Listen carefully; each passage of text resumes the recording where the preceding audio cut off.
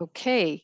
It's a huge honor to be here with all of you today, and I'm very grateful to each of you for taking the time to be here. I'm doubly grateful because I'm very conscious that many, if not most of you, will have spent the last year or so, or almost coming up to a year and a half now, almost behind a computer screen, and I'm very mindful of the reality of Zoom fatigue. So I apologize in advance for contributing to that phenomenon, and thank you so much for bearing with me. I'm particularly looking forward to, I suppose, the dialogue that I'm hoping will ensue following the presentation. So any questions or comments, or any of your own experiences or work that you'd like to share with me, I'd be, I'm all ears as it relates to social justice education more broadly. Just to say that I'm very grateful to members of the organising committee of the 2020 Minority Seminar on Curriculums for Social Justice for the original invitation to present in person, but obviously that was prior to COVID sort of throwing our lives into disarray. I'd like to say a special word of thanks to Heidi, who's been really great at keeping in touch over the last year, and I suppose particularly in recent months, and to Matthias for ensuring that all of the technology has gone very smoothly, and for all of the behind the scenes work that everybody has been doing to make an event like this possible. So just to give you, I suppose, a sense of the overview of the talk for today. Well, the presentation makes the case for foregrounding emotion in social justice education, and it seeks to provide a conceptual as well as a practical toolkit through which emotions can be explored in various educational settings.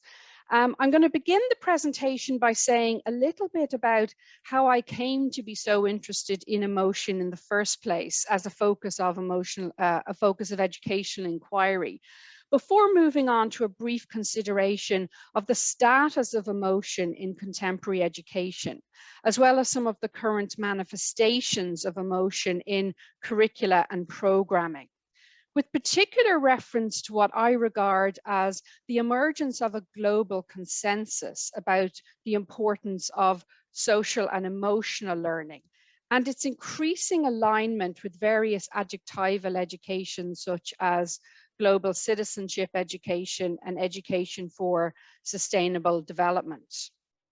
I want to suggest that these neurologically inflected forms of emotional engagement, which are typically premised on the cultivation of emotional capacities or skills, as they're referred to as within the social and emotional learning community.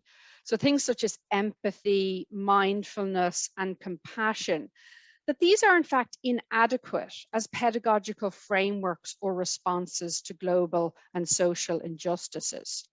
In other words, I want to suggest that while social and emotional skills such as empathy, compassion, resilience, and so on might seem like highly desirable or indeed essential affective qualities or traits, particularly in times of social upheaval and crisis, that we need to consider whose goals are actually being served by the cultivation of specific emotional capacities, and to contemplate their political as well as pedagogical effects.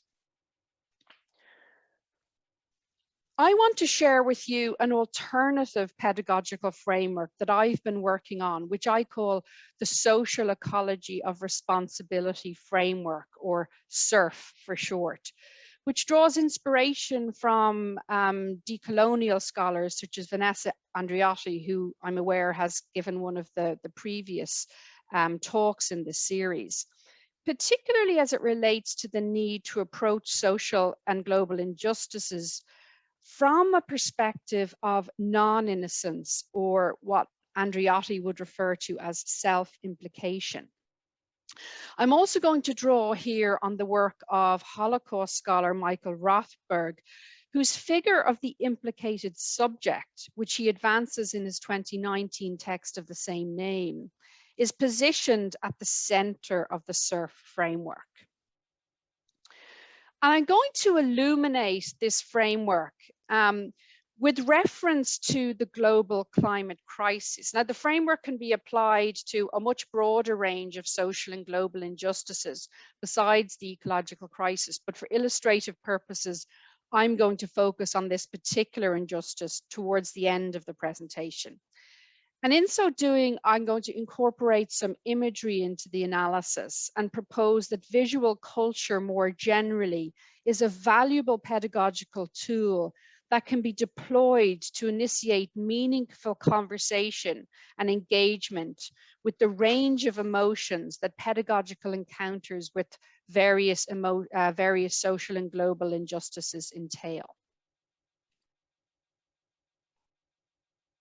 So before I look at the influences and experiences, I suppose, that led me to become interested in emotion, I might just say a few words about terminology and the way that I'm using the term emotion and related terms like affect and feeling. So some scholars, particularly within, I suppose, the affect studies literature, would draw a very clear distinction between affect and emotion. And for them, the word affect refers to feelings or intensities or bodily responses or sensations in response to being affected by a particular experience. So scholars who draw this distinction, they would tend to view affect as something that's sort of pre-conscious, so you wouldn't necessarily have, the words to articulate your feelings about a particular thing. Okay, so it tends to have sort of a corporal or a bodily dimension to it. Whereas for them, emotion refers to an identifiable or nameable quality of experience, such as when you have a particular emotion or feeling about something, so where you can articulate, I feel sad, I feel anxious, I feel hurt, I feel disappointed, and so on. Others don't see this distinction in such clear-cut terms. So for them, these words can be used sort of interchangeably almost. And they don't find the distinction between affect and emotion particularly helpful. And they don't really see them as referring to different aspects of experience. And I tend to fall into this camp. I tend to use the terms somewhat interchangeably. Now, as I say, people have very different views on this, but that's kind of where I'm coming from. I suppose I kind of taking the lead from scholars such as Sarah Ahmed or Megan Bowler, who don't really draw these very neat distinctions.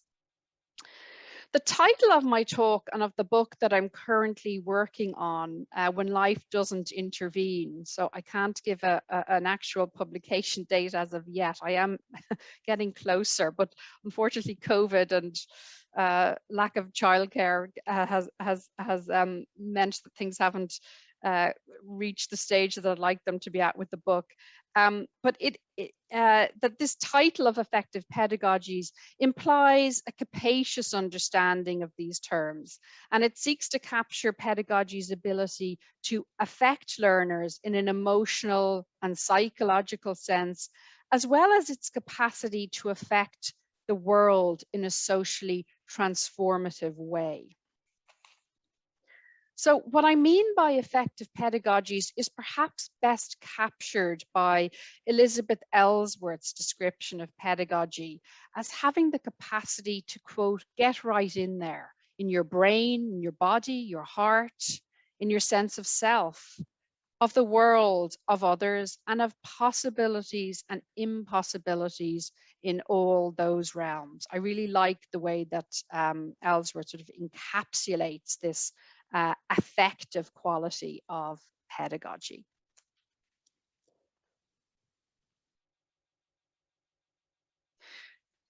So as I said, I'm just going to start out by saying a little bit about what led me to become so interested in emotion and its relationship to pedagogy and to education more broadly.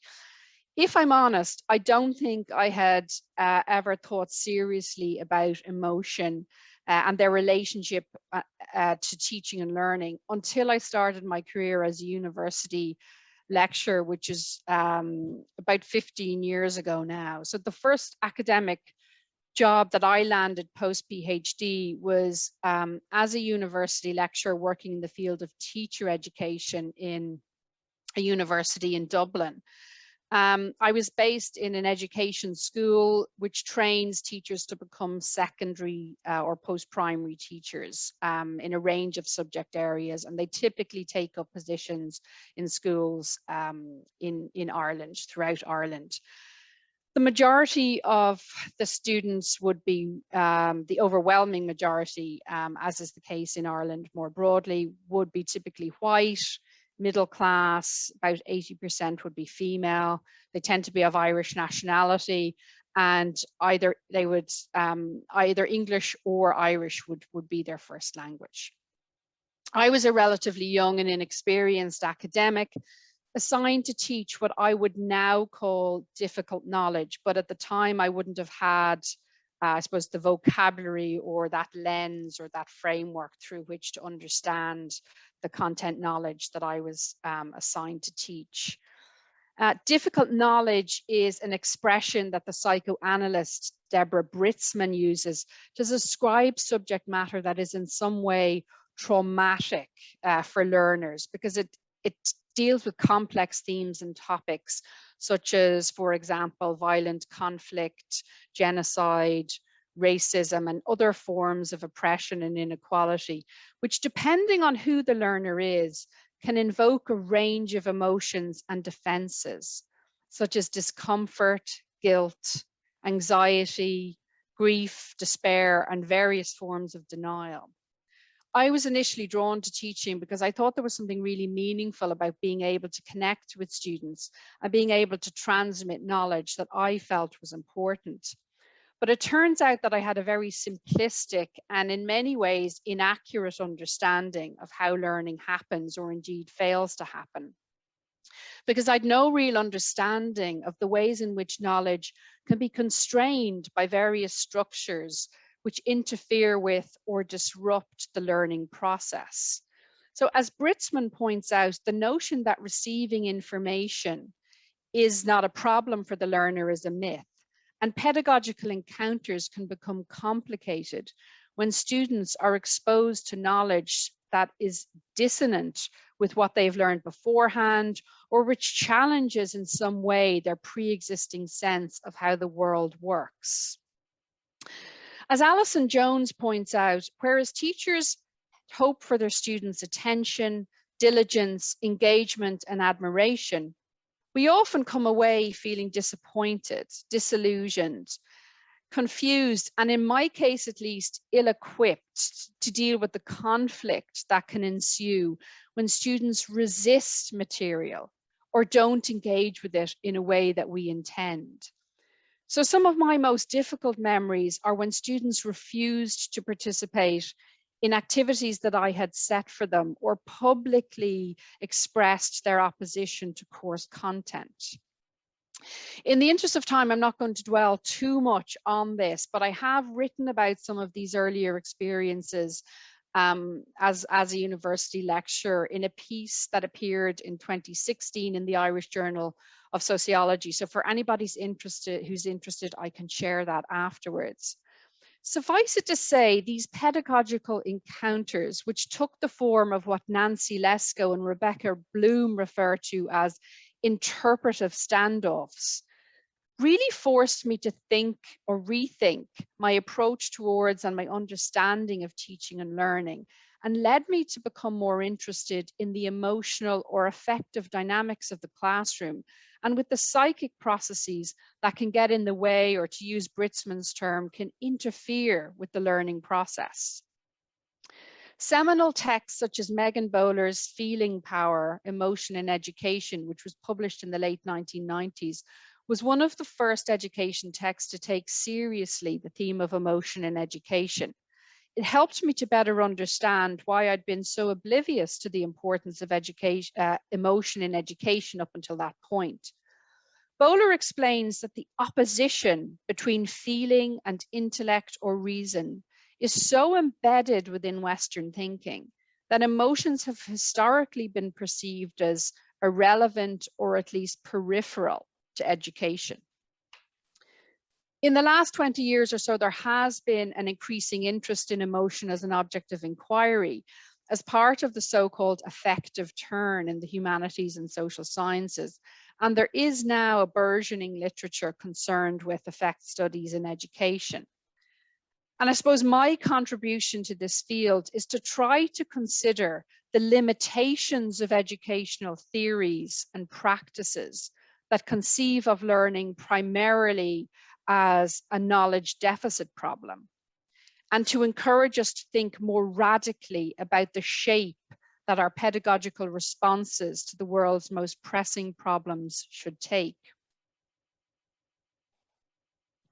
So my starting point is that pedagogical approaches underpinned by rationalist assumptions and methodologies, such as those based on things like fact sharing, deliberation, debate, critical thinking, weighing up evidence, etc., are in and of themselves incapable of addressing the effect that difficult knowledge has on the learner, including how it makes them feel or how they are affected by it.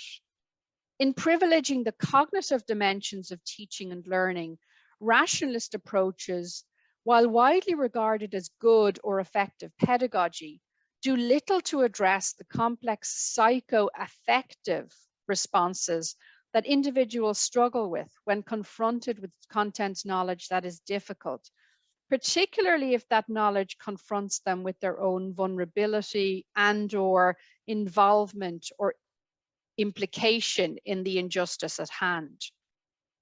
So in other words, rationalist approaches fail to adequately attend to what knowledge does to learners, and indeed what learners do with knowledge, including the ways they variously ignore, resist, disavow, project, or accommodate it. So in addition to my formative experiences as a novice teacher in a university setting, the other thing that really catalyzed my interest in emotion in education was a film that was released about 2 years after I first began teaching at university. It's a French film called Entre les Murs, excuse my horrendous French pronunciation. The English title for the film is called The Class. I might just ask if people wouldn't mind sharing in chat if you have seen this film or if you've heard of this film, or indeed if you haven't, just to get a sense of the audience's knowledge of this movie.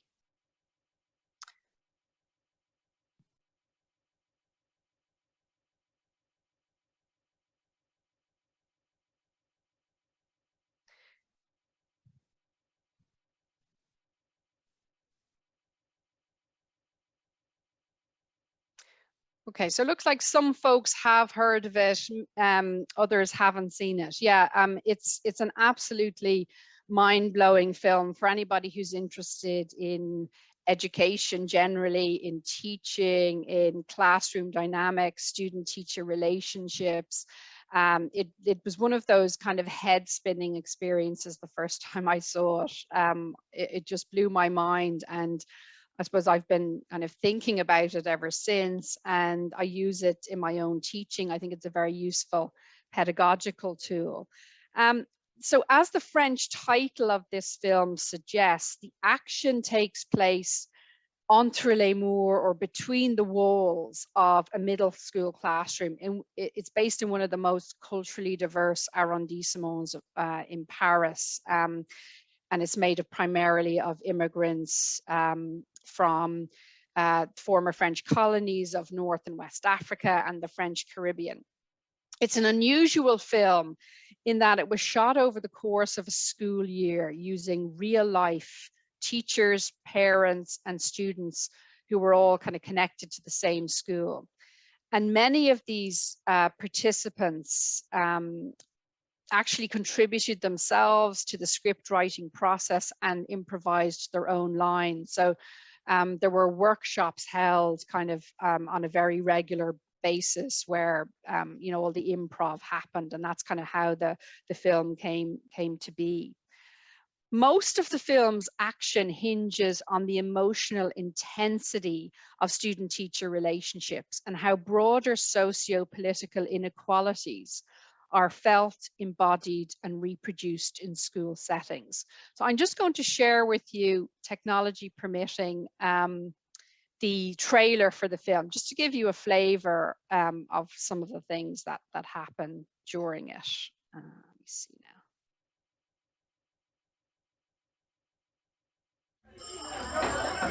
Bien, bien, bien, bien, bien. Oh! On se calme maintenant. Il fallait que je... Kumba? Fus? Eh oui. Mais vous croyez vraiment que je vais aller voir ma mère? J'ai déjà fallu que je sois fus.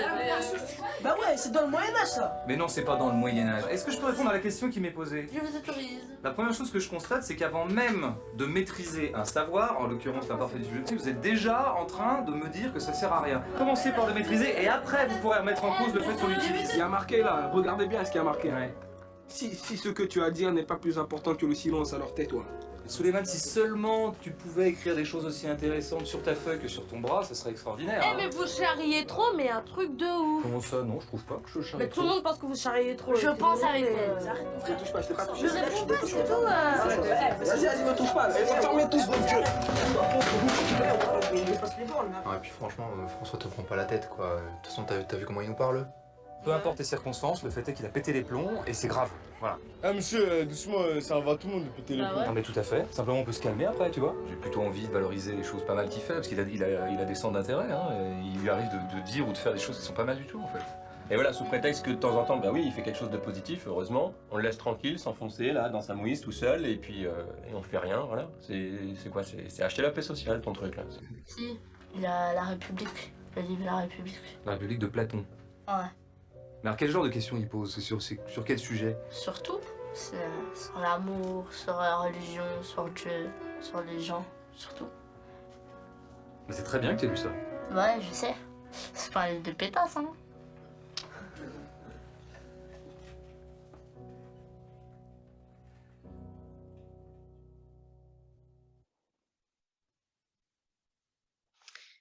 So the film itself is based on a semi-autobiographical docu-novel, as it's referred to. So as you can sort of see there, the film is sort of it's filmed in documentary style, and it was originally a book that was written by this person here, Francois Bégodeau, who was a teacher by profession. Bégodeau was very much involved in reworking the book to turn it into a screenplay. And he actually plays the part of Monsieur Maran in the film. Okay, so Monsieur Maran is this kind of diligent but somehow disillusioned French teacher. And his relationship with, you can see the students are quite, you know, loquacious and very lively. His relationship with them becomes more antagonistic and tense as the year unfolds. At various points in the film, we see his authority being undermined, as well as the curriculum that he teaches. The students are very much reacting and responding to a system that underestimates their abilities and ignores their diverse cultural identities. So you'll probably be aware that kind of tensions between teachers and students is a very common theme within certainly Hollywood, the sort of Hollywood school genre. So if you think, for example, of films like Dangerous Minds or Freedom Writers, which you may have seen, but the class's portrayal of student-teacher relations is infinitely more complex, multi-layered, and above all else, self-reflexive.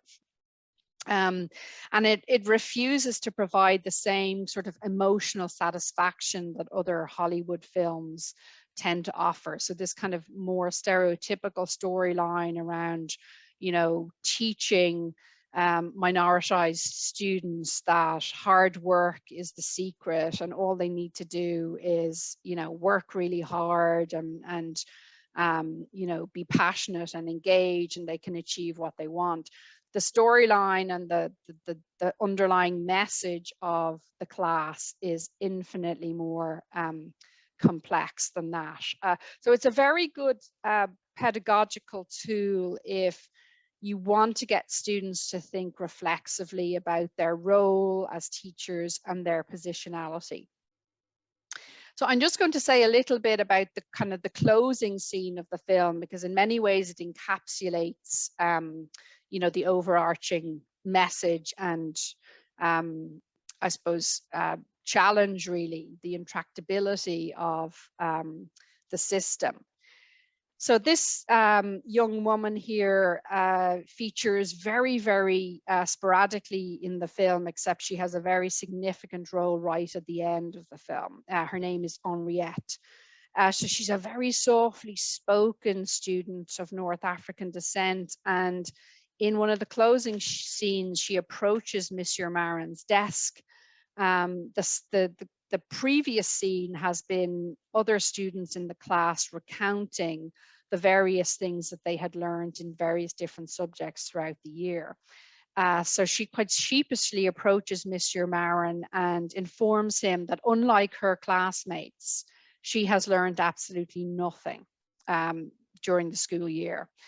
And it's quite a significant moment because it sort of shatters the celebratory end of school mood that had just characterized the previous scene. So the timing and the unexpectedness of her revelation is quite something. And she kind of gently insists that she doesn't want to be placed on this vocational track. So the way the French educational system is structured is such that students either pursue this sort of lycée professionnel vocational track, or they pursue the academic track for high school. Confronted with his failure to notice that she's been struggling academically all year, an incredulous Monsieur Marin attempts to convince Henriette that she must in fact have learned something and that her academic trajectory isn't set in stone. Lowering her head, Henriette explains that she doesn't actually understand anything that's been covered, not just in Monsieur Marin's French class, but in any of her classes. The scene closes with the forlorn student reiterating that vocational school is not for her. And as the credits roll, we're left in an uncomfortable silence to contemplate the injustices of a system whose inequalities are so glaring that its students know that their academic trajectories are largely predetermined, even if their teachers try to convince them that this isn't so. And in an interview that he gave about the film, Bégodeau described this classroom scene with Henriette as heartbreaking, and he drew on it as an illustration of the ways in which students can, quote, get under your skin and say things that shatter your world. The film contains numerous scenes of profound emotional intensity, an intensity which is amplified by the director Laurent Cante's fly-on-the-wall approach to filming, which makes use of multiple cameras to convey the same situation from multiple viewpoints. And this has the effect of bringing the viewer closer to the action, as if we too are between the walls, directly experiencing rather than merely watching events as they unfold. The film, to my mind, contains some of the most affecting and memorable cinematic portrayals of schooling ever made. And it was revelatory for me because of the extent to which it really brought the emotionality or affective atmospheres of classrooms to life. It was a real eye-opener in terms of highlighting how affect-laden teaching environments can be, and in particular, how emotions can get in the way or can interfere with the learning process. And this capacity for emotional spaces and the social actors who inhabit them to get under your skin, as Bégodeau puts it, helped me to better understand the dynamics of my own classroom, particularly in terms of students' effective engagements with course content.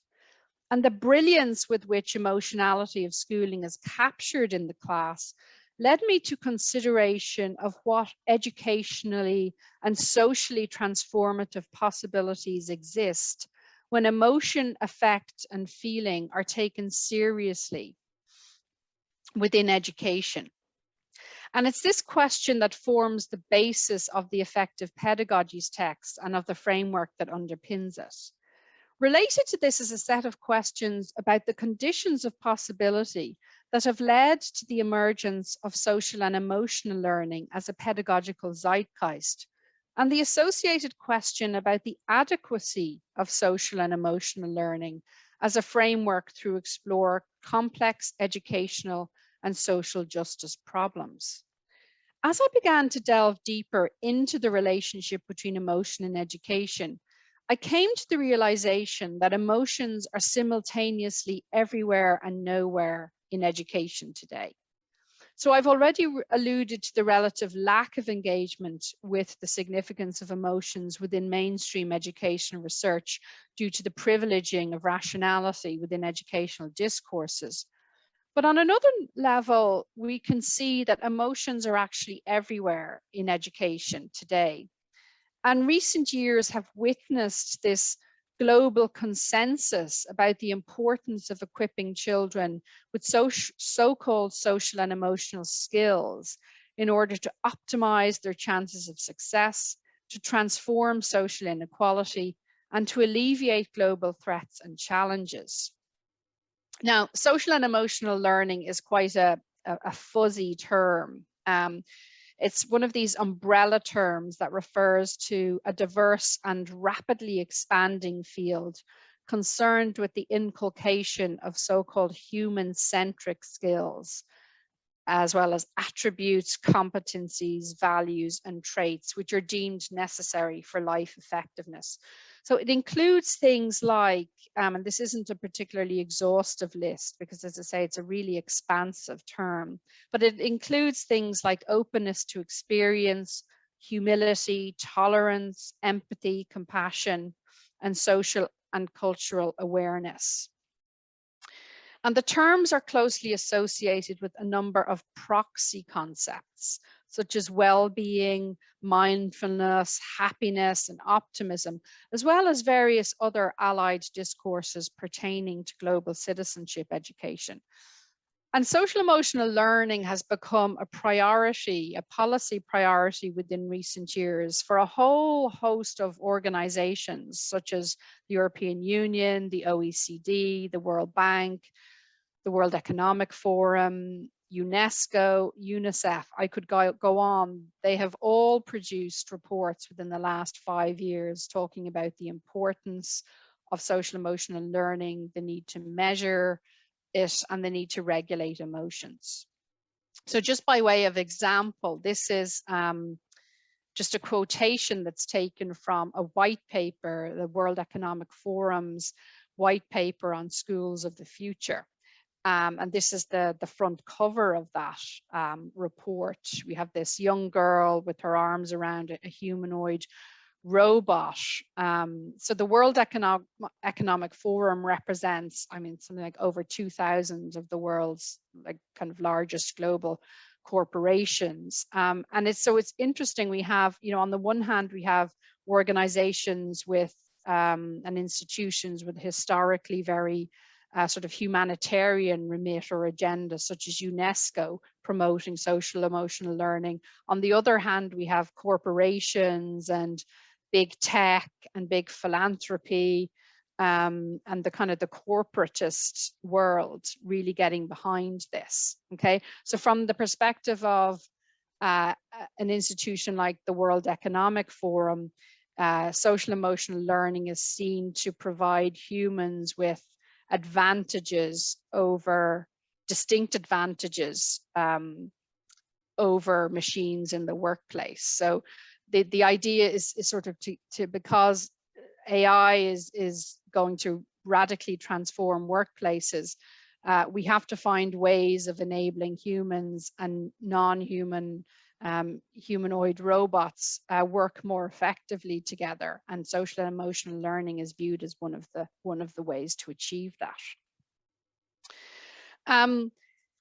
Enthusiasm for social and emotional learning is also very much linked to increasing concerns about children's mental health in an increasingly precarious and uncertain world, and the need to ensure their well-being within these contexts. The inclusion of well-being as a feature of school curricula globally is closely linked to the emergence of positive psychology in the mid-1990s, which became more widespread by the early 2000s. And this is a close ally of two other subfields which are incredibly influential within global educational policy making now, namely behavioral economics and neuroscience. And it's on the basis of neuroscientific evidence that meditation is now being widely promoted in schools due to its perceived capacity to alter the structure and function of the brain, and as a means of complementing and augmenting other social emotional skills. The primary evidence base of mindfulness-based interventions involves studies of the effects of long-term intensive meditative practice. In other words, tens of thousands of hours on the brains of the so-called Olympic athletes or gold medalists of meditation, so namely senior monks from the Tibetan monastic community. A lot of this research has been carried out in the US, so these Tibetan monks from these Tibetan monasteries are flown over to University of Wisconsin-Madison and Stanford to take part in this research. So it's a highly exceptional sample, which has become the basis for universal programming, which I think we kind of need to maybe interrogate a little bit further.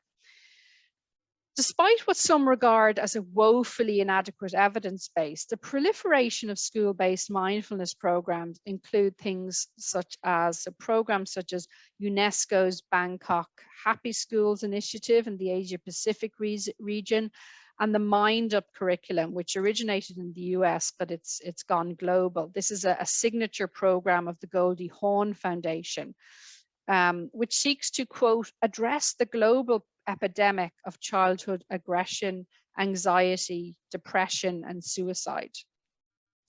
So just as other social and emotional skills like motivation and persistence are perceived to be learnable, skills such as mindfulness, compassion, empathy, and well-being are defined as trainable skills that can be enhanced via meditation practices. And these forms of social and emotional learning are increasingly viewed as a means of addressing major environmental, geopolitical, and economic problems and injustices, such as global warming, conflict and violent extremism, and economic hardship.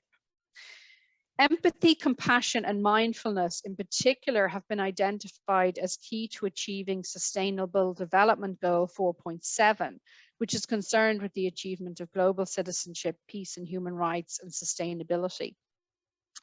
From this vantage point, problems as intractable as violence and hatred can be addressed through redirecting, retraining, or rewiring the brain through mindfulness, and programs that focus on the biological roots of rage and aggression and that cultivate compassion and empathy.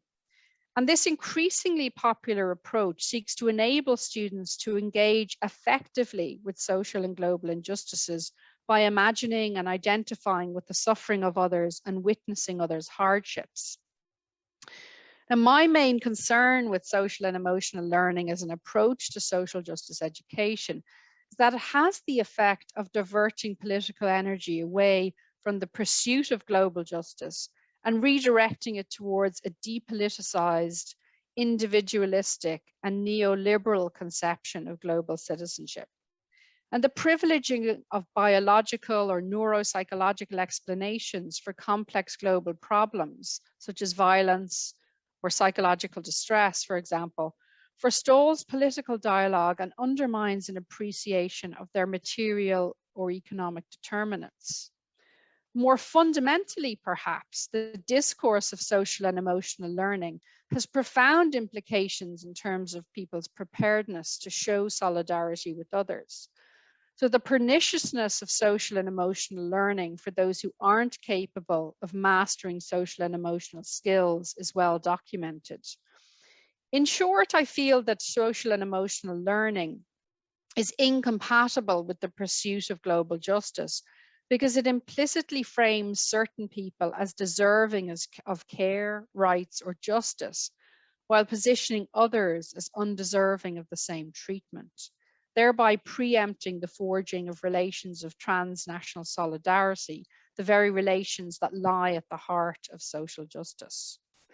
So what I want to propose in the remainder of the talk is the need for far more complex engagement with emotion in education, whereby learners are actively positioned as implicated subjects who are complexly entangled in and indirectly responsible for a range of historical and contemporary injustices. In other words, I want to suggest that the goal of social justice education should not be to enable us to empathize with others, but rather to enable us to recognize the power relations within which we're embedded, to acknowledge the political consequences of our actions, and to trouble and perplex us, to make us feel sufficiently uncomfortable in order to open up questions of our responsibility or our responsibility, in other words, our ability to respond to the crises and problems that confront the world. I won't say a huge amount about this framework here, and it may be a little bit challenging to see, but this is just a visual representation of the social ecology of responsibility framework that I have devised as it relates to global warming here. So I have, this is forthcoming in a paper that I have written for Pedagogy Society and Pedagogy, Culture and Society, which I can share with anybody who's interested. But just very briefly, my starting point for developing this framework was that it must provoke learners in emissions intensive societies to engage with the climate crisis from a position of non-innocence or self-implication. So you may be able to see there the implicated subject, this construct that Michael Rothberg has devised to look at one's own, how one is a beneficiary to wider systems of injustice, you know, whether those injustices are historical or contemporary. That's kind of at the center or the heart of this framework. And the purpose of this diagram, so I kind of drawing inspiration, this diagram drew inspiration from Yuri Bronfenbrenner's ecology of human development. And it's an attempt really to look at, I suppose, all of the different layers and structures and our positioning within those, how we contribute to global warming through our participation and our involvement in emissions intensive practices. So whether that's, you know, eating meat, whether it's, you know, driving a car, whether it's airline travel, all of these practices and behaviors that we know to be harmful to the environment and contributing to CO2 emissions. And then to try to look at the relationships, how those individual level practices provide an incentive, as it were, for larger corporations and governments to commit practices such as deforestation, for example. So it's an attempt to kind of join the dots and to look at the symbiotic relationship between personal individual practices and larger structural injustices.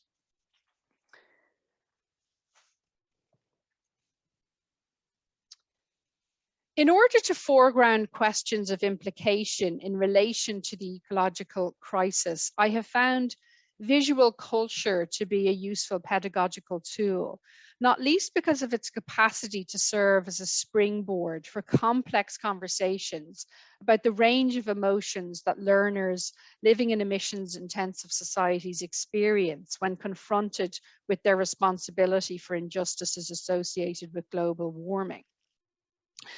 And the last 2 decades, there's been, I suppose, you know, a lot more of an attempt to artistically document and capture the global climate crisis. So I'm just going to share with you some, I suppose, visual examples of that, just to give you a sense of how I use visual culture as a pedagogical tool.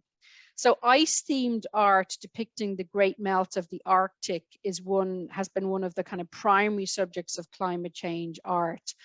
And pianist and composer Ludovico Einaudi's breathtaking musical composition, Elegy for the Arctic, is one of the most widely consumed examples of this genre. It was commissioned by Greenpeace in 2016.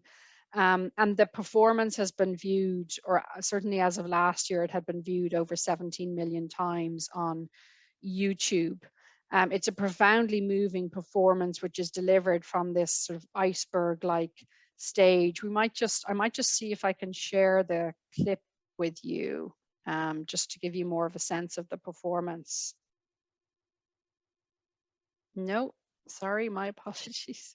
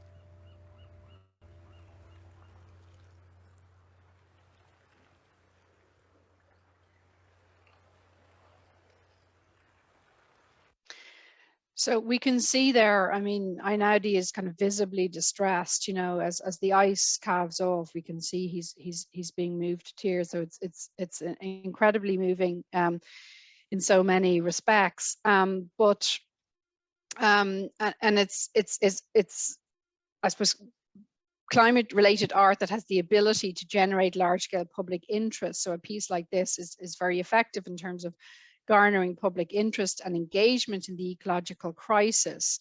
But I want to, I suppose, maybe cast more of a critical lens on this on this genre of climate change art. In terms of this question of the extent to which it allows us to interrogate this notion of the implicated subject.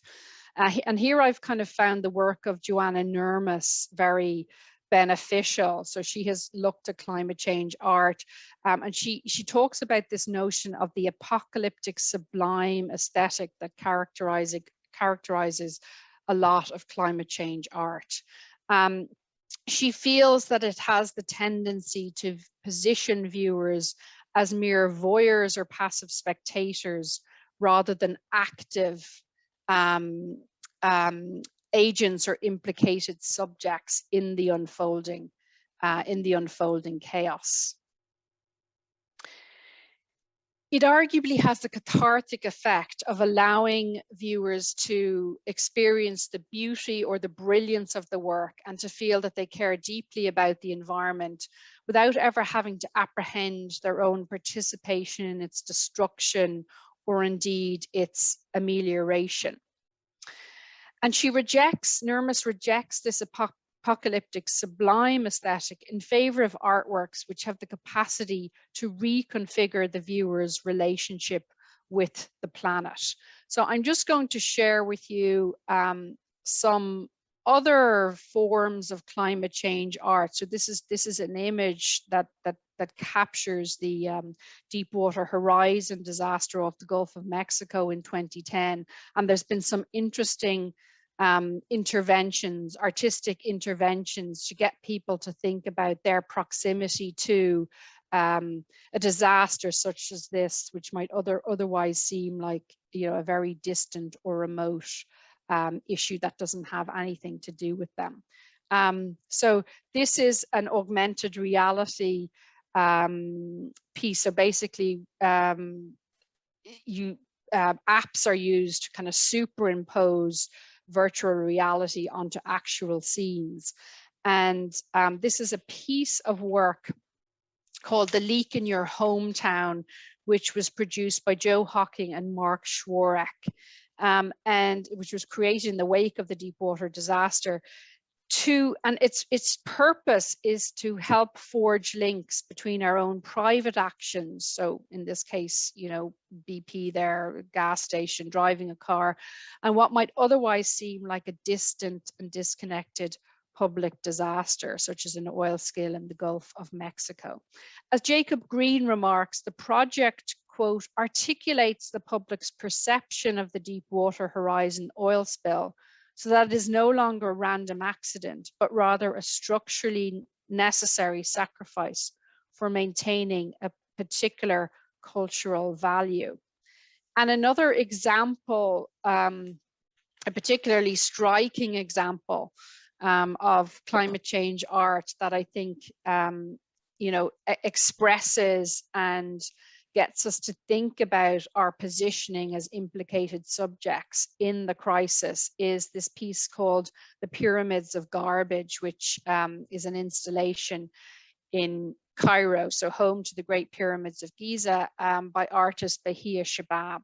And her installation, which juxtaposes the majestic eternity of the Pyramids of Giza with the ugliness and enormity of consumer waste, confronts audiences with the possibility that their legacy can be directed either towards building a sustainable future or towards building a pyramid of garbage. In other words, it serves as an invitation to agency by inviting us to ask difficult questions about what we value and gestures towards alternative sources of fulfillment beyond conspicuous consumption and material gain. So by way of conclusion, I'm just going to suggest or synthesize by saying, in order for social justice education to be performative, in other words, to be able to make change happen, we need to invoke resources, methods, stimuli that have the capacity to change consciousness, to make it impossible to think in old ways, and to reconfigure our relationship with both human and non-human species.